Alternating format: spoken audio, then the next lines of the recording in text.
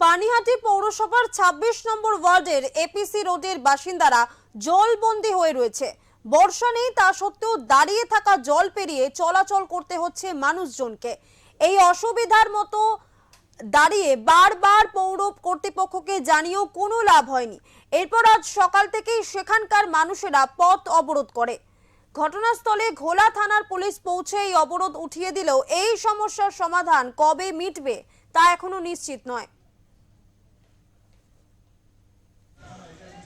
এই যে দোকানগুলো কি অবস্থা,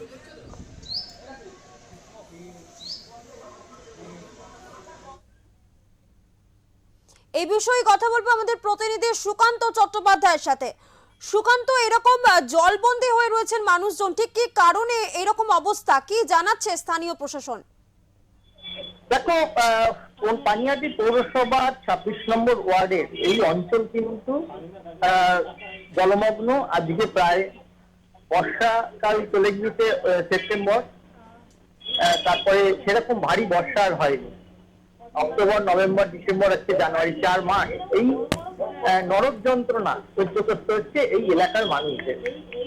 জল নিকাশি ব্যবস্থা এতটাই তলানিতে ঠেকেছে যে ড্রেনের, অন্য এলাকার ড্রেনের জল এসে এইখানে জমায়েত হচ্ছে। যে ড্রেনেজ সিস্টেম গুলো রয়েছে সেগুলো পরিষ্কার হয় না, তার ফলেই কিন্তু ওভারফ্লো হয়ে যে অন্য এলাকার জলগুলো এই এলাকায় ঢোকে এবং এই ২৬ নম্বর ওয়ার্ডের মানুষের জীবন যন্ত্রণা, এই জল যন্ত্রণায় তাদের জীবন অতিষ্ঠ। বাধ্য হয়ে আজকে সকাল থেকে তারা রাস্তা অবরোধ করছে, প্রতিবাদ বিক্ষোভ করছে এবং এরপরে তারা পৌরসভায় ঘেরাও করে আন্দোলন করবে, এমনটাই কিন্তু হুমকি দিয়েছে। তার কারণ এই অঞ্চলটায় আজকে কোনো বর্ষা নেই, কোনো প্রতিকূল আবহাওয়া নেই, কিন্তু এই এলাকার মানুষ জমা জলে তাদের অসুস্থ হয়ে পড়ছে। বাড়িতে মশা, মাকড়, সাপ, ব্যাঙ এবং ১২ মাস তাদেরকে এই যন্ত্রণা সহ্য করতে হয়, এমনটাই অভিযোগ। কিন্তু আজকে পৌরসভার যারা প্রতিনিধি, চেয়ারম্যান, সকলকেই তারা জানিয়েছেন, কিন্তু কোনো ফলপ্রসূ কিছু হয়নি।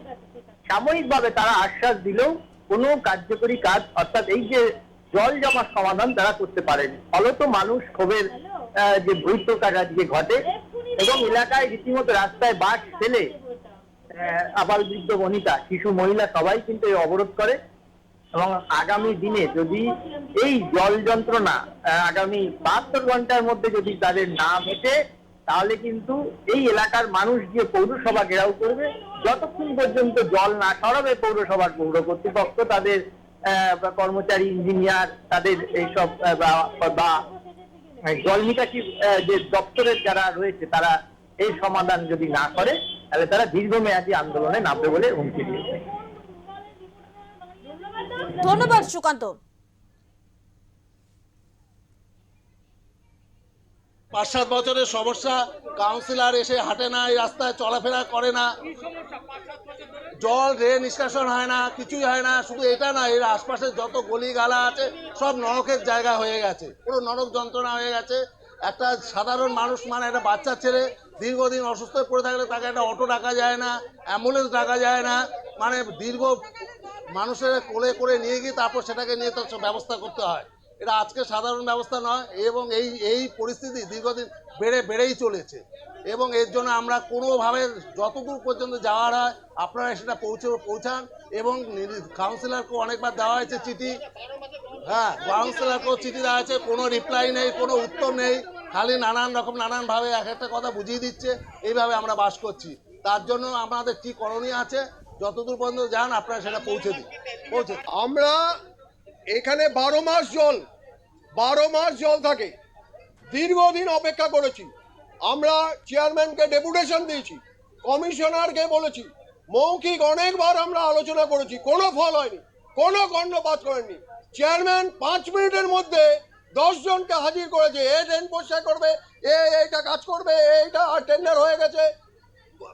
বুধবার দিনকেই আপনাদের ওখানে যাওয়া হচ্ছে, আমি নিজে যাব, চেয়ারম্যান আসেননি এবং ওই লোকগুলোকে, যে লোককে ড্রেন পরিষ্কার করবো বললো পরশুদিনই ড্রেন যাচ্ছে, সে লোকের কোনো বার্তা নেই। এরা মিথ্যা ভাওতা দিয়েছে দীর্ঘদিন। এবার প্রতিবেশীরা ক্ষিপ্ত হয়ে, আজকে ভাবুন স্কুলের কলেজের ছেলেমেয়েরা আজকে মোজা আর জুতো বেলতলায় গিয়ে পড়ে, এখানে খালি পায়ে হেঁটে যায়, বাচ্চাগুলো জ্বর হয়, এখানে অ্যাক্সিডেন্ট হয়, সাইকেলে বিভিন্ন ভাবে মানুষ তিক্ত হয়ে আজকে এই অবস্থা অবরোধের জায়গায় গেছে। এই অবরোধ আমাদের চেয়ারম্যান যতক্ষণ না আসবে আমাদের এই অবরোধ চলবে। আজকে হোক কাল হোক, যতদিন চেয়ারম্যান না আসবে আমাদের এই অবরোধ চলবে এবং এই অবরোধের